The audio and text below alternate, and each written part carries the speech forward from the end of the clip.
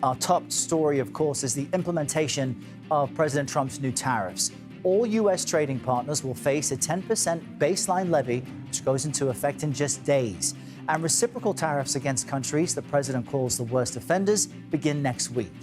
And the response from around the world is not positive. The EU Commission president called the 20% tariff on its bloc, quote, a major blow to the world economy. Stock markets in Europe and in Asia saw losses this morning. And we're about 2 hours away at this moment from Wall Street's opening bell, and futures have been in the red all morning. Economists really are concerned tariffs will increase prices for American consumers because businesses will pass down the cost.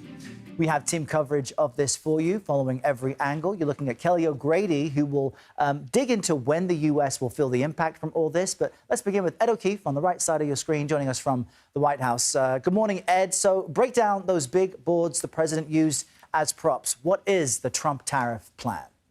You got O'Grady and O'Keefe, Harold. The Irish mob is here to help you. Several big tariffs placed on these countries, whether it's 34% on China, 20% on EU, on the European Union bloc, 46% on Vietnam, all sorts of big percentages on countries that the White House and the president say are among the worst offenders in this case. It's going to lead to price increases of all sorts across goods, whether it's the toys and clothing and shoes especially that come from China, whether it's computer equipment and semiconductor equipment that comes from Vietnam and Taiwan, whether it's clothing again, jewels and other goods that come from India. All sorts of price increases going to be passed on to the American consumer eventually as these tariffs take effect. Now, we would expect responses on Capitol Hill along party line, but I'm wondering if you've seen any surprises in reaction from lawmakers. Well, not necessarily surprises, because several Republicans for years have been skeptical of this kind of move, and some of them weighed in last night objecting. We had a vote in the Senate, a mostly symbolic one, that would have essentially undone the tariffs on Canada specifically. All Democrats in the Senate were joined by 4 Republicans: Lisa Murkowski of Alaska, Susan Collins of Maine, Mitch McConnell, and Rand Paul of Kentucky. Listen to some of the congressional reaction, beginning with the House Democratic leader, Hakeem Jeffries. This is not Liberation Day, it's Recession Day in the United States of America. That's what the Trump tariffs are going to do: crash the economy. These tariffs are a disaster for the average American family. I don't think it's going to be good for us politically, but it's not good for the country either. He made the point, Rand Paul did, that not only is this bad for the economy, but it could conceivably be very bad for Republicans. That the last time these kinds of measures were put in place, back in the 1930s, Republicans lost control of the House and Senate for the next 60 years or so. That may not be a direct analogy, but his point is this is going to end up being bad politics should the economy suffer in the short term, because Americans are chiefly concerned with the cost of things and the health of the economy. Yeah, which is understandable. And Ed, we didn't see Russia listed among nations being hit. Why was that? There have been a lot of questions about that. Nothing for Russia, nothing for North Korea, nothing for Iran. What do those countries have in common? They're facing big sanctions from the United States right now. So they're already, in essence, feeling the pain. The president hasn't ruled out adding more tariffs or sanctions onto Russia specifically, should it not engage properly, in his view, on the war in Ukraine. So they may still face economic pain for more geopolitical reasons than the economic ones. All right, Ed O'Keefe with all the latest headlines for us from the White House. Thank you, O'Keefe. Let's jump over to O'Grady, our CBS News Money Watch correspondent. Kelly O'Grady joins us from New York. So, Kelly, when will folks watching this start to feel the impact of these tariffs?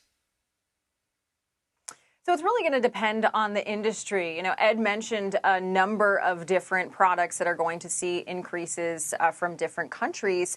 The things that have been stockpiled, because remember, businesses have been sort of planning for this, the non-perishable items, if you will, it could take a little bit longer. In some cases, you know, as much as 6 to 9 months, economists have told me. Cars specifically, of course, we know about that 25% tariff that went into effect at midnight this morning. That takes about 1 to 2 months, because dealerships only have about a 1 to 2 month inventory on the lot. Though I will note, I visited a dealership earlier this week, and he said so many consumers have been coming in trying to buy cars ahead of that deadline. They're actually pretty much out of their inventory, so they might have to import cars and raise prices earlier than they would have hoped.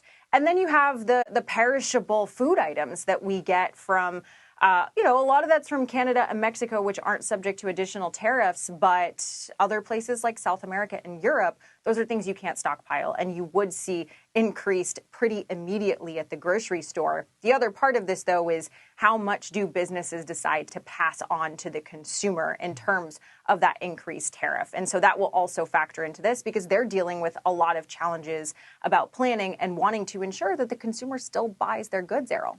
Yeah, that's a really important note, Kelly, that the timeline is tied to the inventory that certain businesses have. So then it would take many months in some of these examples before consumers potentially would start to feel the impact from this. And that would take a while before it's felt in the larger economy. So what are the long-term economic implications for this trade war and then other countries reciprocating?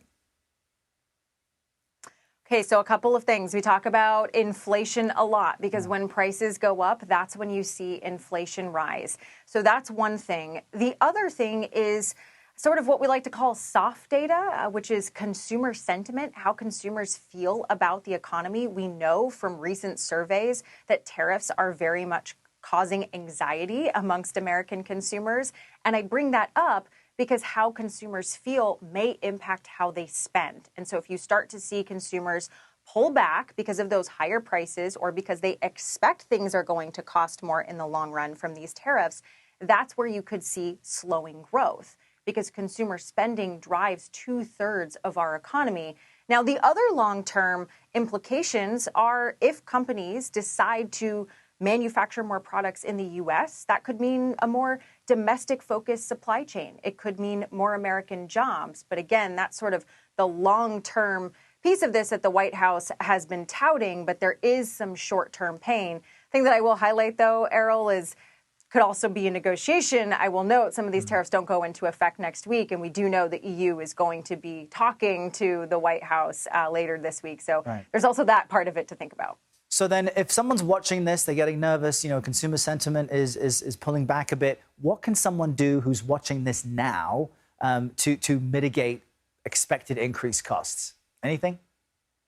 Well, I had this conversation with my husband last night, Errol. I was like, all right, what are we doing here? How are we getting ahead of this? So one, don't panic buy for things that you don't need. Because again, this could be a negotiation. We have seen these things move back and forth very quickly. So if you don't need a car, don't go out and buy a car.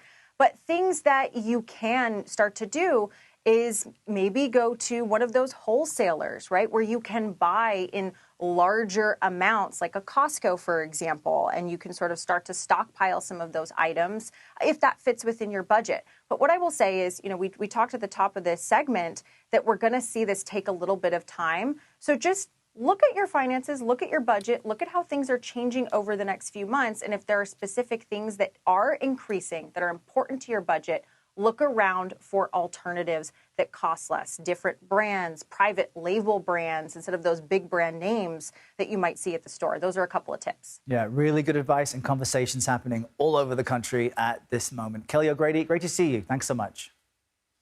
And a note for you all, CBS News is following the rising costs of everything affected by these new Trump tariffs. And you can check our price tracker at cbsnews.com/tariffs to see how it might impact you.